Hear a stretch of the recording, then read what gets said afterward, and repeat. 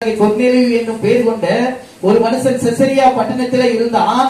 அவன் தேவ பக்தி உள்ளவனும் தன் வீட்டார் அனைவரோடும் தேவனுக்கு பயந்தவனுமாயிருந்து ஜனங்களுக்கு மிகுந்த தர்மங்களை செய்து எப்போதும் தேவனை நோக்கி ஜெபம் பண்ணி கொண்டிருந்தான்.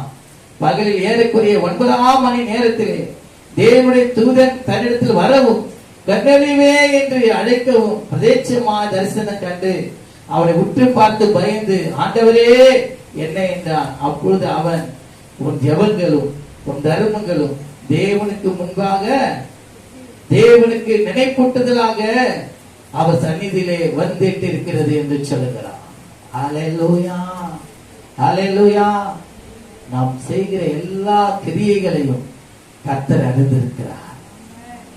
நாம் தேவனுடைய பார்வையில் எப்படி இருக்கிறோம்? அவபக்தி உள்ளவர்களா இருக்கிறோமா? தேவ பக்தி உள்ளவர்களா இருக்கிறோமா? அவருடைய கூப்பிடுதலுக்கு கர்த்தர் பக்தி உள்ளவனை தமக்காக தெரிந்து கொண்டார். அவருடைய கூப்பிடுதலுக்கு அவர் செவி கொடுப்பார். பாவிகளுக்கு ஒரு நாளும் அவர் என்ன பண்ண மாட்டாரு? செவி கொடுக்கிறது இல்லை.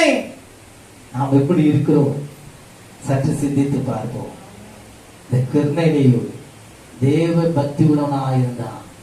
தன் வீட்டார் அனைவரோடு தேவனுக்கு பயந்துள்ளமாயிருந்தான். அதனால்தான் அவனுடைய ஜெபம் கேட்கப்பட்டது. தேவ தூதரே இறங்கி அவனுக்கு மறு உத்தரவு செய்தார். ஹல்லேலூயா.